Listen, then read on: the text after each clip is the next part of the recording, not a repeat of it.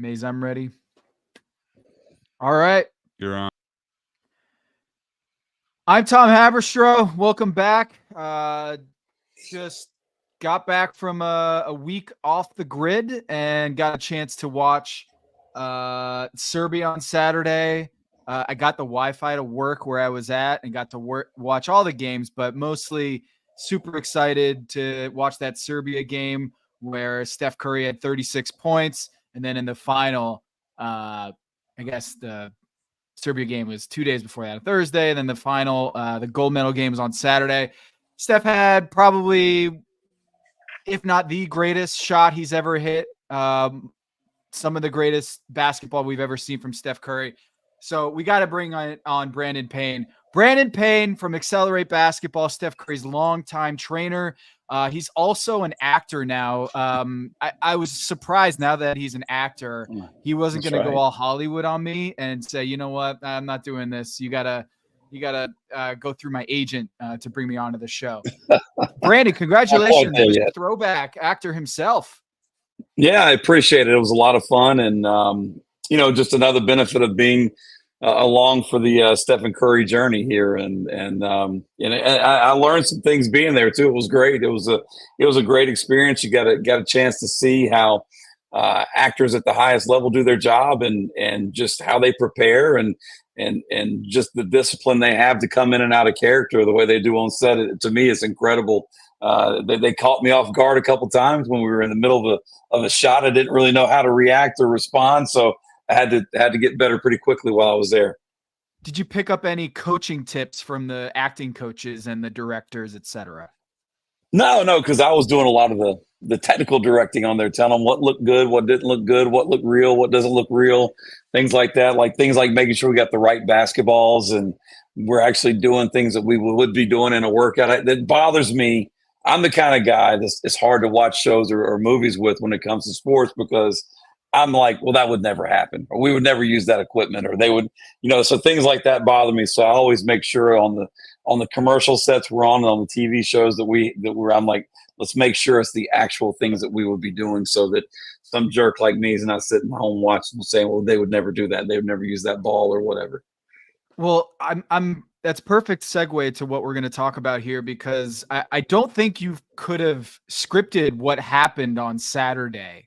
The fact that Steph made 4 3-pointers in the closing 2 minutes of the gold medal game, and one that was the final one was on a double team fadeaway at the buzzer where the shot scraped the ceiling. I don't think people, if they were, asking basketball coaches, would that have ever happened in a game where you're looking off Kevin Durant and LeBron James wide open in the on the other side of the floor? A lot of coaches be like, nah, see, that would never happen. Nope. Too ridiculous. Yeah.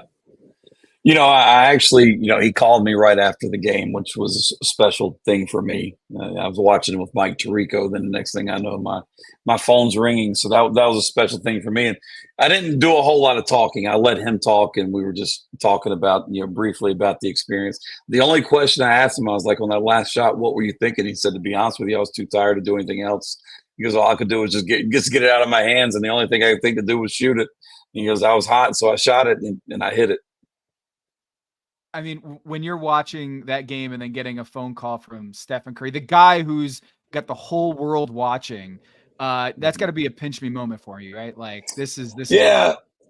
We've had a lot of moments like that throughout his career where it doesn't feel real, and you can't truly. I don't think you can truly appreciate it or understand it all in the moment. And I'm trying to get better about really staying present and trying to live as much in the moment as I can. I think that I foolishly, when we had that run of 6 years to the finals, we kind of just fell into this trap of thinking, well, it's always going to be this way. We're always going to be getting ready for June. And even, some of the things that we would say during the offseason, we always talked about how we were just getting ready, we're getting ready for the finals. And I don't think we truly appreciated the level of difficulty that it really took to get there. And I don't think that we truly appreciated the experience, or at least I didn't truly appreciate the experience probably the way I should have at the time. So now, a little bit older, a little bit wiser, we've been around a little bit longer now. So, we appreciate those years probably more now than we did then. But, that all leads up to us really being able to live in this moment and appreciate the moment for what it is, and just recognize his greatness. And he's truly great. And very rarely do you have a player that can step up in those big moments almost all the time. And he's turned into a guy that relishes those moments and lives for them and performs in them very, very well. Well, we've done these breakdowns before at tomthefiner.com. Go check it out. We've broken down Steph Curry. We've broken down Victor Wembanyama, Kyrie Irving, Jalen Brunson, these film breakdowns where we go, play by play, what you're seeing as a coach, what you're seeing in particular with Steph Curry, just your innate knowledge of what he does and every movement, the biomechanics, what he's looking at, where his feet are, how he moves around the floor. If you like this sort of thing, go subscribe to tomthefiner.com, and you can catch all those videos in my archives. We're going to do it again here. We're going to break down the film. I have 8 makes, 8 of 12 shooting in the gold medal game on Saturday. And I have a bonus shot here. But before we get into that, kind of want to run through some of the prep and the numbers from this Olympic run. So like right now, Steph Curry's 36 years old and just did that. Okay. So he's 36 years old, 4 years older than when Larry Bird in 92 basically retired after that 92 experience. Steph Curry's 4 years older now than Larry Bird was then. So just to put that in perspective, when you're talking about a guy who, according to Synergy data during the Olympic run this year, he shot 50% from downtown on catch and shoot threes, 50% on unguarded catch and shoot threes, and 50% on guarded catch and shoot threes. Just across the board, 50% shooting from downtown. That's not a coincidence. That you guys worked leading up to the Olympic play. There's, I think, 2 things that are different than the NBA three-point shot. It's the ball and the line itself. So to get to those percentages, those high percentages, of course, he had a lot of threes in the semifinal and the final to even that out. But what were you hoping to do or work on to make sure that he could maintain his elite three-point shooting in FIBA in France? Yeah, I think that, you touched on the basketball and the length of the 3-point line. Those are certainly 2 things that we took into account. But also the FIBA style of play is different than the NBA. And so we had a feeling based off of the amount of action that they were going to need to run to put themselves in a position to win, that a lot of the positions that he was going to be in were going to be more catch and shoot. On top of that, you've got so much talent around you. You have so many other drivers, so many other guys that can either get all the way to the basket, or obviously with Kevin Durant, if he gets to that 12 to 15 foot, that's a layup for him. So you have threats at all 3 levels of the floor with his teammates. So we knew that he was going to get a lot of shots out of actions, and then he was also going to get a lot of shots out of driving kick situations where LeBron or KD or Jason Tatum or any of these guys that are able to get 2 feet in the paint would have opportunities to kick out to him. So we did a little bit less in terms of the creating stuff off the dribble, a little bit more catch and shoot, a little bit more catch, pump fake, space, and shoot, those types of things leading up to it, just because we felt like those would be more the shots that he would get in FIBA style play. So it was a little bit of a departure from what we do day to day, getting ready for the NBA. Similar in terms of structure, in terms of how we move them, in terms of adding variables into shots, but less off the dribble and more off the catch. So we'll have to, we'll go back to our more traditional NBA stuff here in about 10, 12 days. Now, I did mention he was about 50% on catch and shoots, but he was 25% on threes going into the semifinal. So what were you seeing from Steph? Was it a matter of bad luck, or was there stuff that you were seeing like, he's going to correct this eventually, but the defenses are playing him differently, or the offense, he was trying to find his spots? What were you seeing leading up to the semifinal game? Well, there's a term that I've used with Stephen in the past. It kind of is a funny term, but it's one that I think fits him. He's patiently aggressive, meaning he's very patient leading into his aggression. He understands the value of having guys around him that are making plays. He understands the value of getting guys going. I think that one thing that really – there's one play in the gold medal game that really stuck out to me that a lot of people might not think about, but there was a steal in the first half of that game, and it was Stephen and Jason Tatum way ahead of everybody. Jason Tatum, of course, had not had a chance to get going. Stephen catches it. He's out in front of everybody. Instead of him going to take the layup, he gets Jason Tatum. Those are the things that I think differentiate him than a lot of other guys that are big-time scorers. It's his understanding and his willingness to get everybody going. And I think that there's a broader picture, there's a broader understanding when you're going through a pool play type tournament or a group play to a bracket play of understanding, hey, this is going to get tougher as we go. It's going to get tougher as we go. I need everybody here to be doing their job as well as they can do it so that I can come in and do my job as well as I can do it for us to win this thing. So if you look at the group play games, you look at the round of 8 game, it was, I wouldn't say he's deferring. To me, I just think he's patiently aggressive. He's being very patient before he gets aggressive, and he's doing it in a way to get everybody involved, to make sure everybody feels like they're a big part of what's going on, because when everybody feels like they're a part of things, everybody's a lot better. Yeah. Yeah. And by the way, they were undefeated. So yes, Steph was struggling with his shot a little bit, but it seemed to work out, deferring to his teammates when needed and being patiently aggressive. You know, this is I think that struggling might be struggling from our standards, maybe, but Stephen Curry is always one made shot away from just being in an absolute barrage mode. So it's okay. That's a good segue. Nice transition. You're good at this. We're gonna go through the film here. I mean, there's a lot of moments where you've watched Steph and you're just like, he's got it. He's got it going. Yeah. We're gonna start with the final shot. You're not allowed to do any analysis. We're just gonna watch it.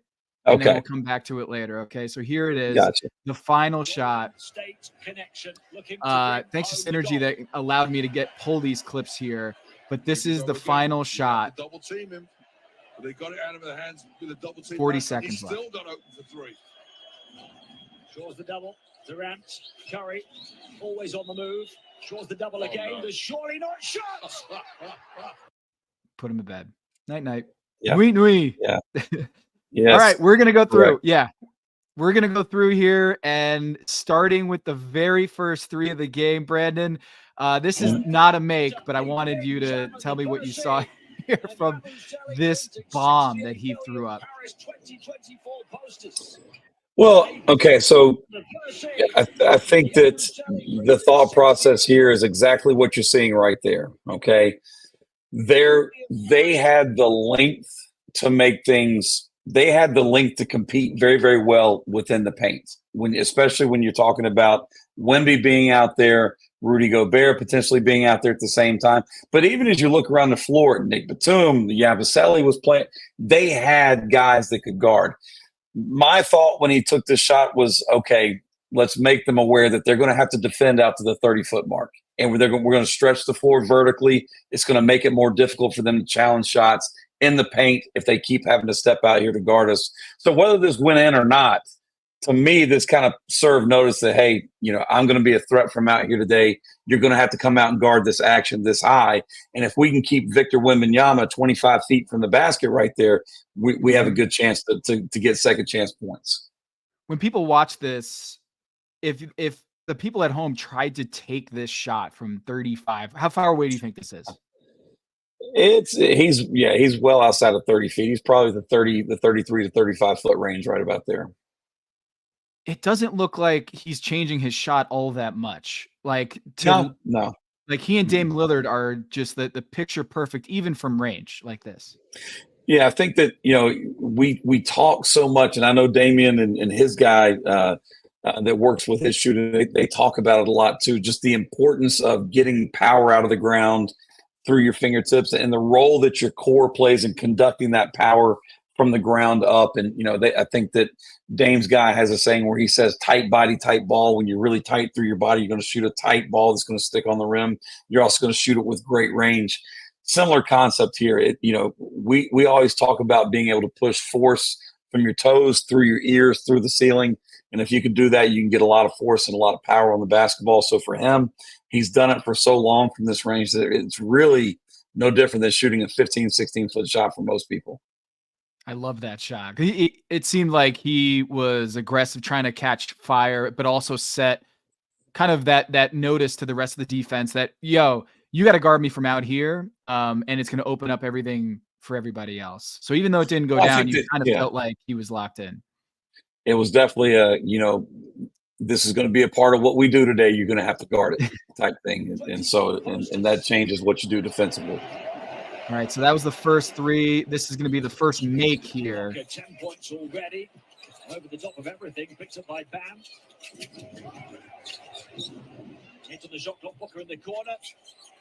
There's just so many good things there. So many good things from you go all the way back here to just number one. If LeBron James doesn't make this cut here, this never happens. So we get the miss. You look at LeBron. LeBron actually has a scoring opportunity there. And if you stop and look at the whole floor right here, this is what highly intelligent, high IQ, great basketball players do. Obviously, we're in a scramble situation right here. There is no set. There's no play call. But if you look at the floor, you've got Kevin Durant, okay, who Nicholas Batum, you see him down here under the basket. Now, Batum is responsible for KD, and he's also got a tag on LeBron, who's cut just cleared through. Now you look at Yabusele. Yabusele's in a very difficult spot, too, because he's trying to trail LeBron, but now you've got Steph coming around. And by the way, we got Devin Booker over here in the corner. These guys they're kind of just scrambling everywhere right now. But the USA players are all spaced accordingly and appropriately.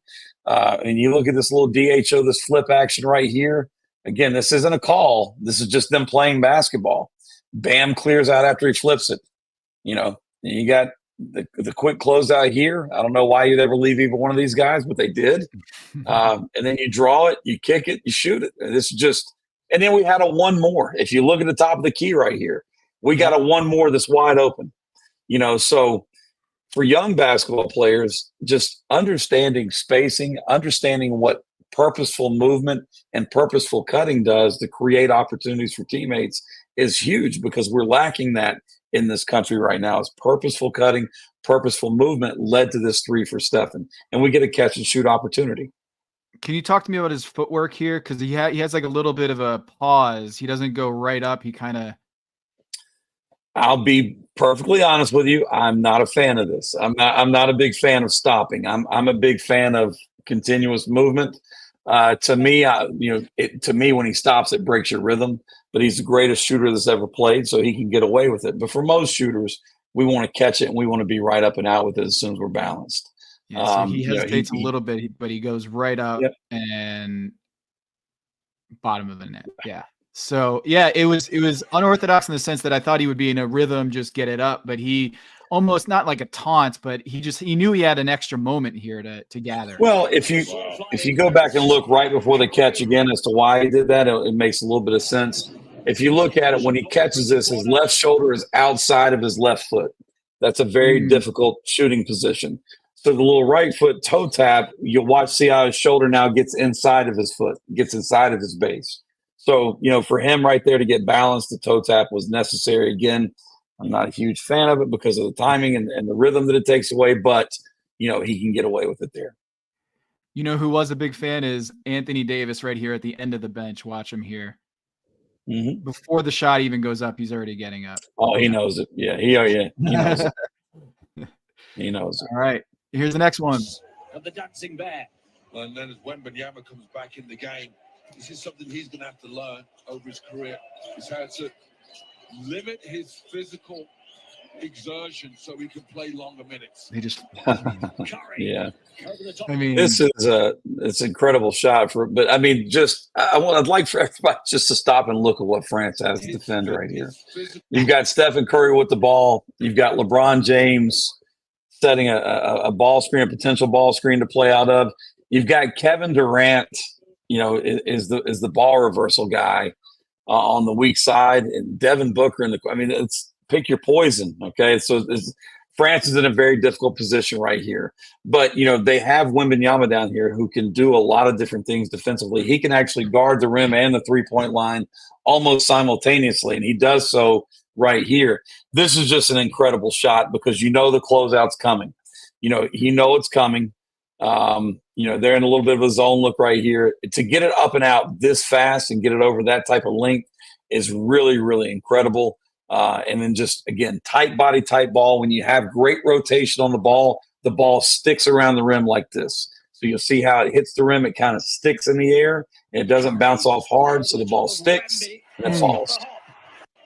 Curry over the top of Wemby. Oh, he got it. You say that's just shooter's touch. It's not shooter's luck. That's on purpose. What you're talking No, about. it's so the amount of rotation you have on the basketball determines how sticky the ball gets. You can get the ball to kind of stick around the rim, especially if you're short. If you're shooting with great rotation, if you're shooting a loose ball that has slower rotation on it, it won't stick the same. It bounces in different ways. So that rotation gets it to stick. Just like in golf, if you're chipping and you want to put a little bit of backspin on it to stop it. Same concept. Did it seem like his form changed on this one at all? From what of course it did. Yeah. To get it over The release point was much more vertical than it normally is. It was up and out quickly. Yeah, it was up there. Of course he does. He said he played This one here. His son was born there. Little transition. His son is more Team USA. Curry. Yep. So that was the one where I kind of thought, okay, now it's getting ready to come because the flybys, they give you just a great sense of confidence because you controlled the defense. You took the rhythm step, you got it off the ground, and you get it up and out of your hands. That one tends to get him going as well. And you'll notice on the next one that he hits over Yabusele when he loses him on a jab. It's similar concept where the move creates the rhythm for you, and now it's kind of getting you going really quickly. Are head fakes or pump fakes, is that a lost art in youth basketball? Because how many of these things did he hit in this game that was just like he created his own wide open shot? Yeah. Well, and it's not even necessarily ball fakes anymore. Sometimes it's just, we call it just getting your eyes to the rim. So if you're a good enough shooter and they're defending you a certain way, sometimes just getting your eyes to the rim with a little bit of a hesitation will get guys off the ground. You know, he gives them a little bit of a ball fake here, but the ball really doesn't get above his head. So it's just up real quick and he pulls it back down. So he's really tight and quick to get into the side step to get it up and out. Footwork here. Anything notable here on his footwork? Yeah. So it's a lateral 1-2. So if you go back and watch, it's a 1-2 step with which a lot of coaches teach. Or we used to teach 1-2 to the ball, 1-2 to the basket. But because the 3-point line has become so prevalent and is so valuable to us, a lot of our 1-2 steps that we work with our NBA shooters are laterally so that they're not stepping on the line. We want to make sure we're stepping into a 1-2 rhythm, but we're not stepping on the line. So it's a lateral 1-2 to the catch, pump fake, lateral 1-2 back in the other direction. This is actually a drill that we do almost daily. And it's just a lateral 1-2 to lateral 1-2 with a little ball fake. As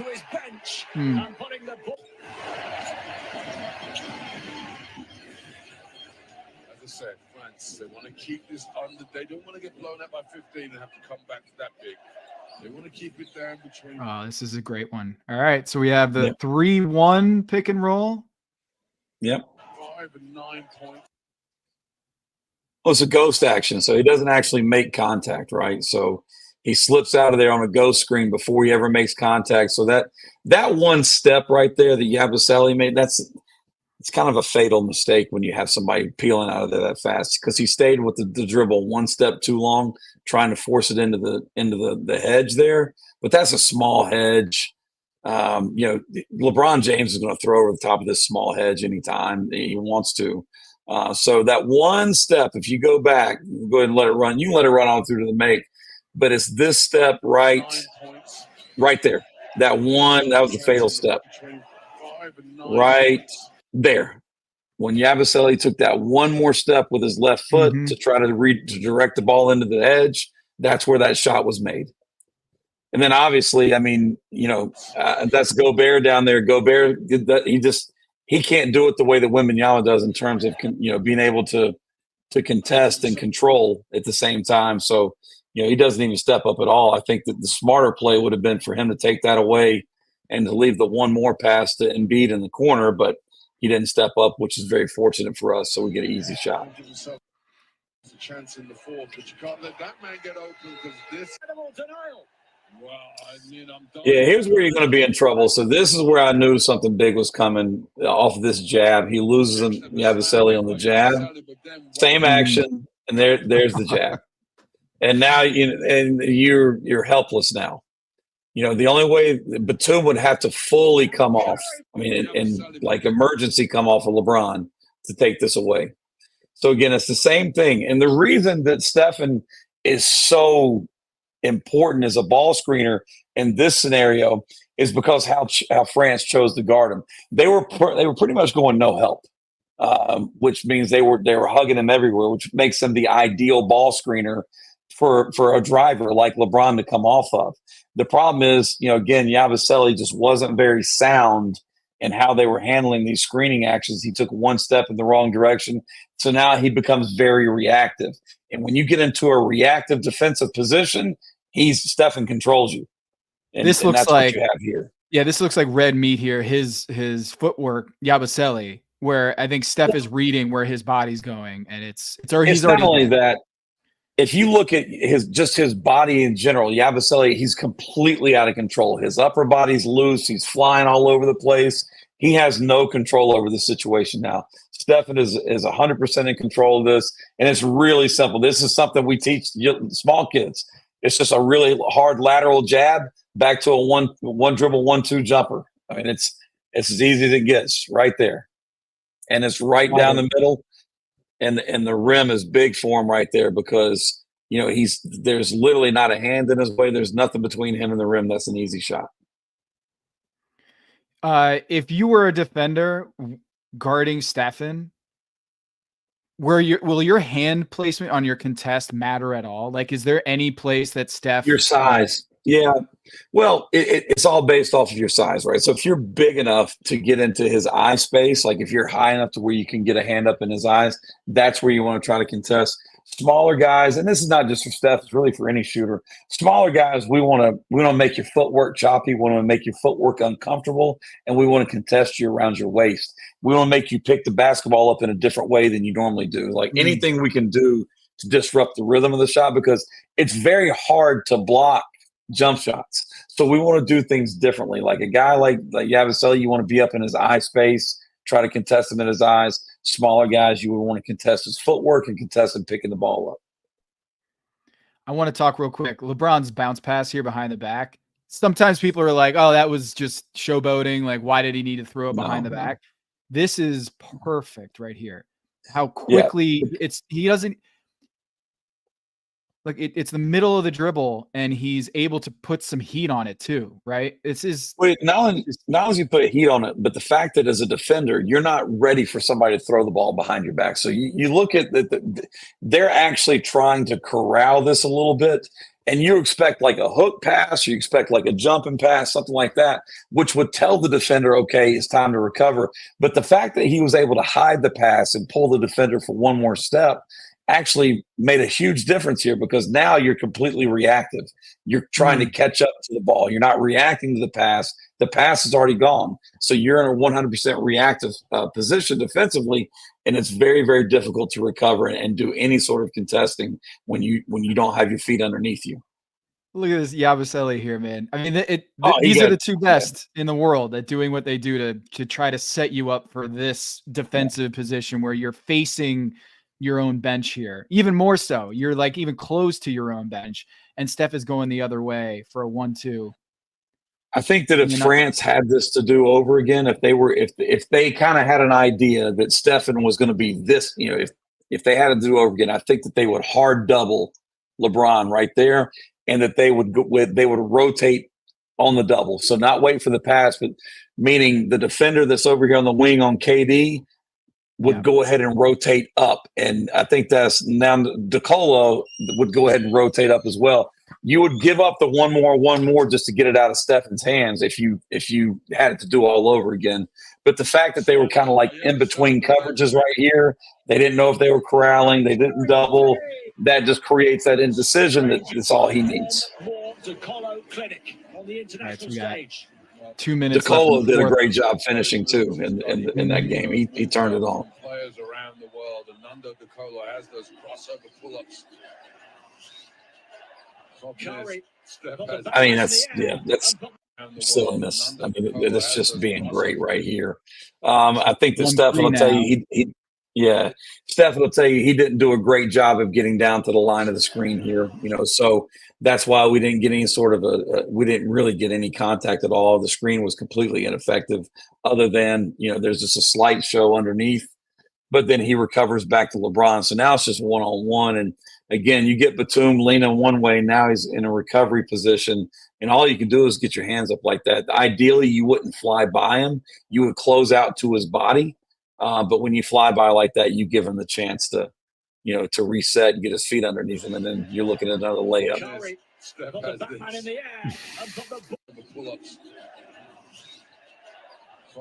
Yep.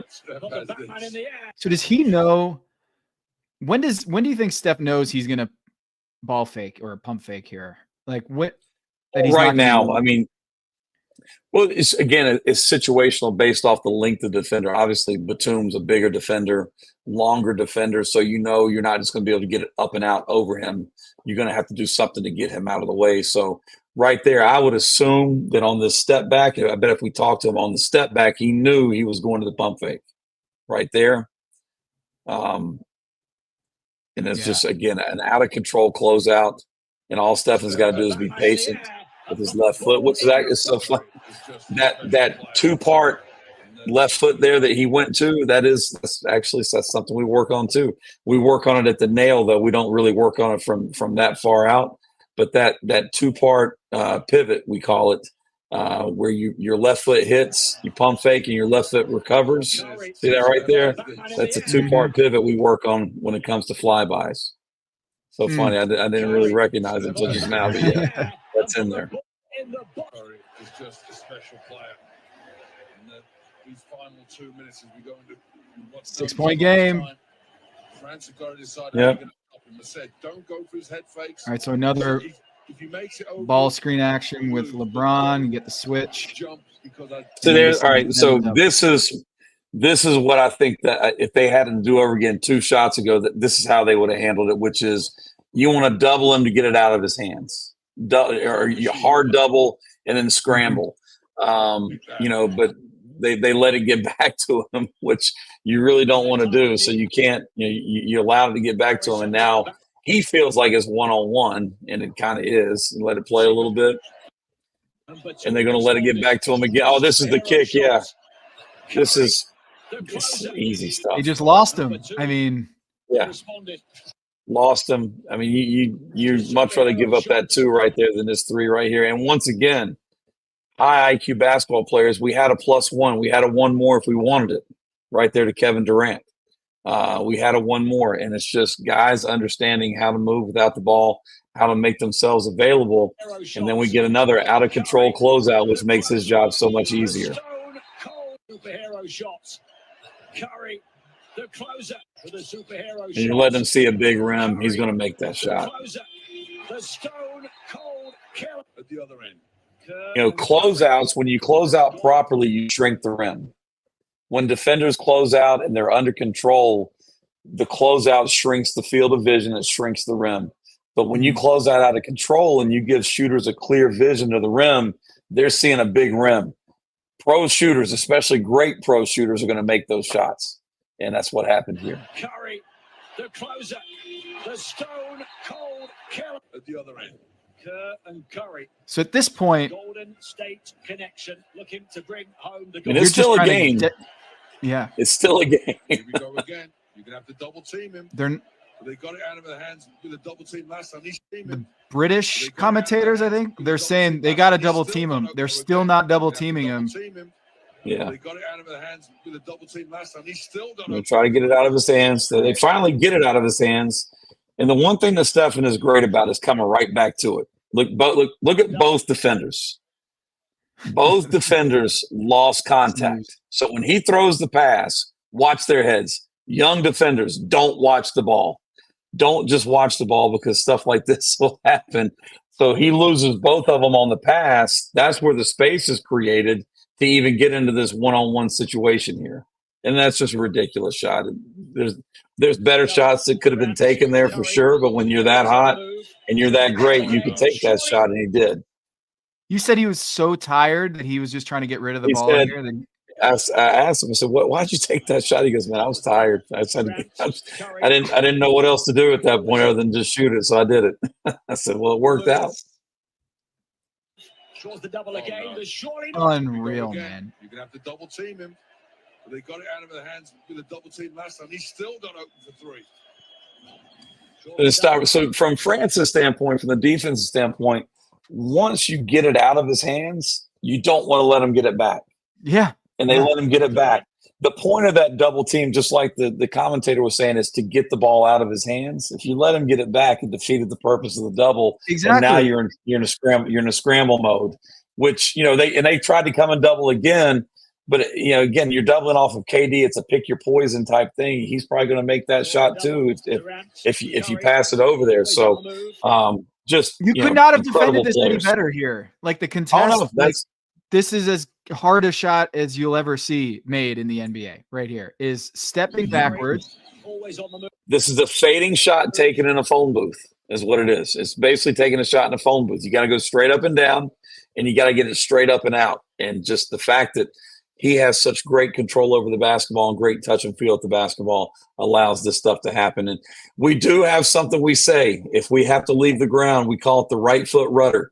Meaning your right foot's got to be in the middle of the rim when you let it go. It's like the rudder on a ship, like on a little boat. Wherever your right foot is pointing is where it's going to go. And his right foot was pointed right at the rim when he let it go, right there. So it was right in the middle of the basket. So I knew it was going straight.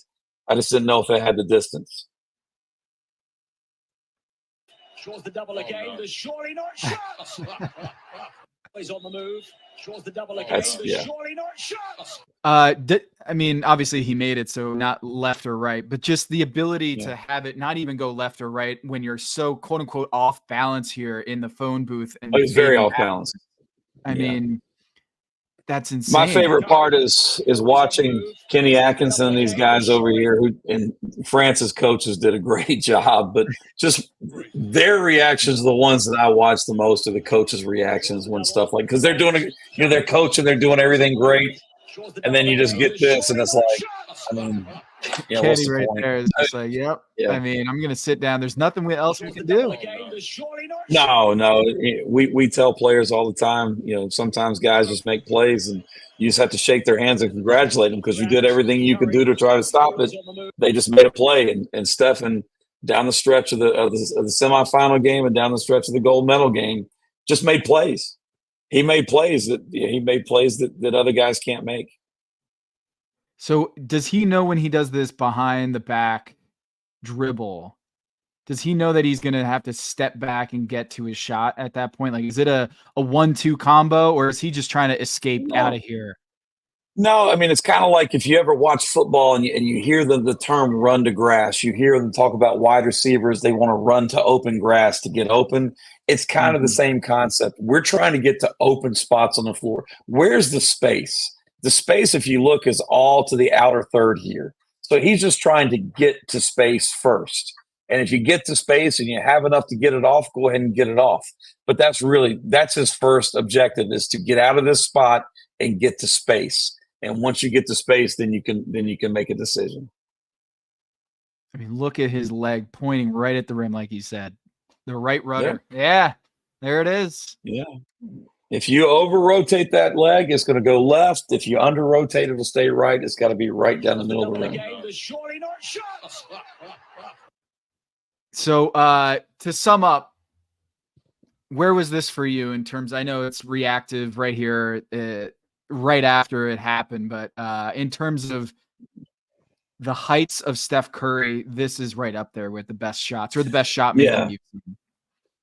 Yeah, I think that, it's hard to pick one, right? It's kind of like picking a favorite child. Like it's hard to pick one because he's had so many great moments. But I think that the semifinal game and a lot of the shots in the gold medal game, especially the last one, they're on that final highlight reel when it's all said and done, and we're watching the 15 or 20 greatest moments, because he's got 15 or 20, maybe even more greatest moments of his career.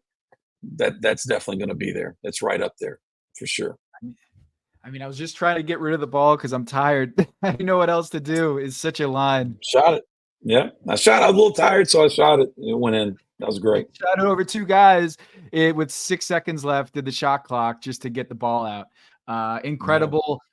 Steph Curry. And that's Brandon Payne from Mr. Throwback. You can catch it on Peacock, Steph Curry's new show that got some great ratings, I heard. A lot of people watch it. I have to watch it.